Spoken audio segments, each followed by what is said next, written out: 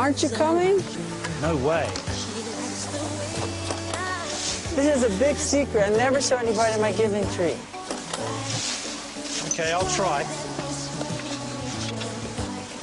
I'm slightly worried about my shoes slipping. Come on. Is it safe? Of course. I'm frightened. My I think I'm inspiration. going to stop here. You don't climb trees? No, I do not. You're missing out. I'll leave you to it.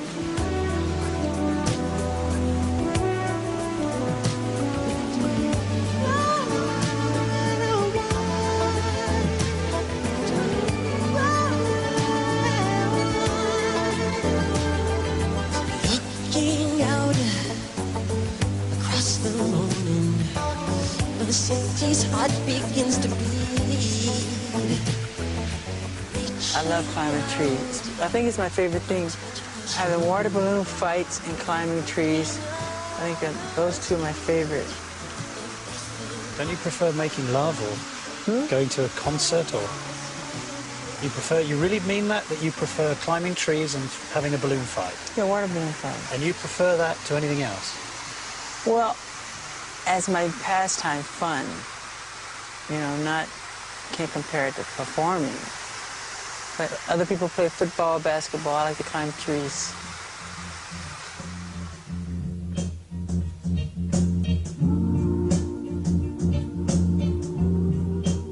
So how had this singing and dancing genius arrived in the surreal place that is his life today? I started to look for answers back at the beginning.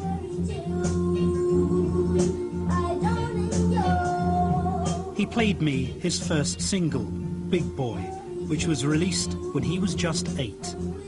By then, Michael Jackson had already been performing for 3 years.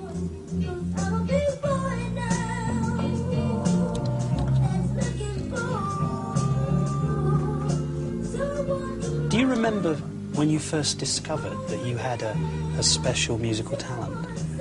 My mother caught me making my bed one day, and I was singing. And she said to my father that I could sing, and he didn't want to hear of it. You know, he said that Jermaine's the lead singer, not Michael. My mother said, Joe, you really should hear him sing.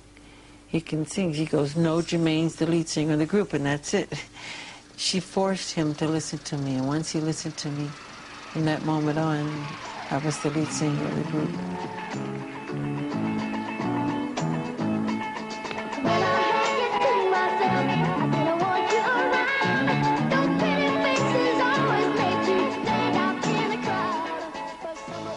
My entire childhood, I remember people always saying to me, he's a 42-year-old midget.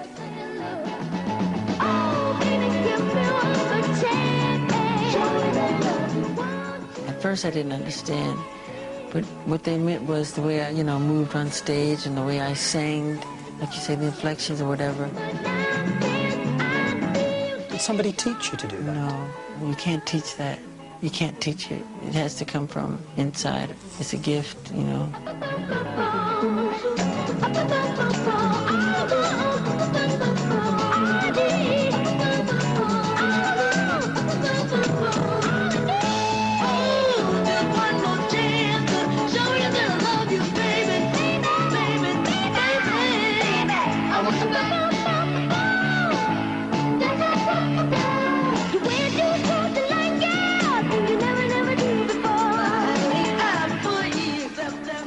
I remember precisely going to Motown studios to record, and right across the street from the studio was a park. And I could hear the roar of the Little League team, and they were playing soccer and football and volleyball, and they were playing baseball. And I remember a lot of the times looking back and really hiding my face, crying.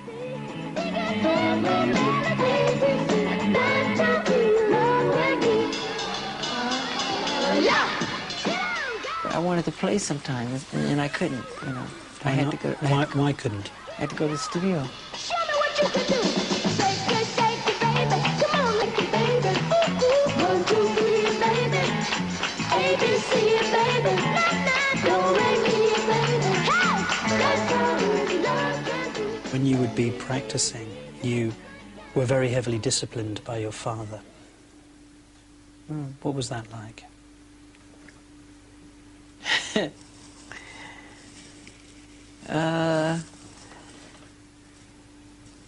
Well, I didn't have it that hard because he used me as the example. It was like, do it like Michael. You know, and he practiced us with a belt in his hand. And if you miss a step, expect to be... Just let me go back. You just said that you would practice the dance steps and your father would be holding a belt in his hand. Is that what you just said? Yes. And he would tear you up if you missed. And so we, not only were we practicing, we were nervous rehearsing because he sat in the chair and he had this belt in his hand. And if you didn't do it the right way, he would tear you up, really get you. And I got it a lot of times, but I think my brother Marlon got it the most because he had a hard time at first. And he tried so hard. And it was always, do it like Michael, do it like Michael, you know. But the others were very nervous, and I was nervous too, you know, because he was tough. How often would he beat you? Too much. Would he only use a belt?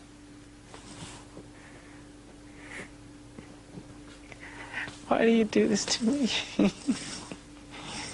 No, more than a belt. What else would he use to hit you with? Ironing cords,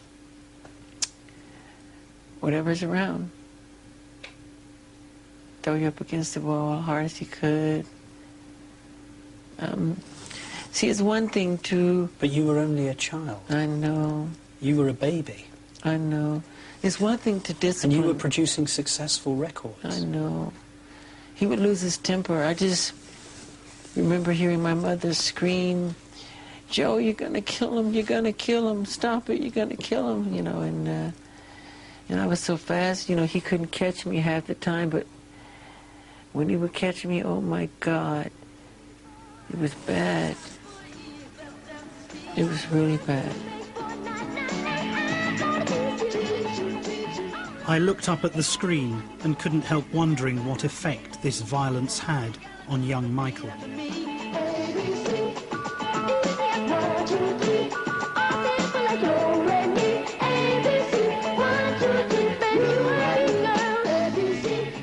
We were terrified of him. Terrified. I can't tell you. I don't think he realizes to this day how scared. Scared. I mean scared. So scared that I would regurgitate. You would vomit? Mm-hmm. When would you vomit? What would produce that sort of reaction in you? His presence. Just seeing him. And sometimes I'd faint, and my bodyguards would have to hold me up. When he was beating you, did you hate him? Yeah. Strong hate. That's why to this day I don't lay a finger on my children. I don't want them to ever feel that way about me. Ever. And he didn't allow us to call him Daddy. And I wanted to call him Daddy so bad. He said, I'm not Daddy, I'm Joseph to you, you know? And I totally forgive him for all of it, you know. You have to. But I don't allow my children to call me Michael. I say I'm Daddy. It's just the opposite. So when people say the abuse, that's not true. That's not true at all.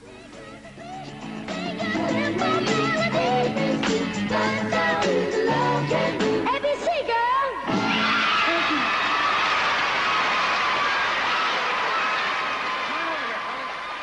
30 years on, the memories seemed as raw as ever. But there was little time now for reflection.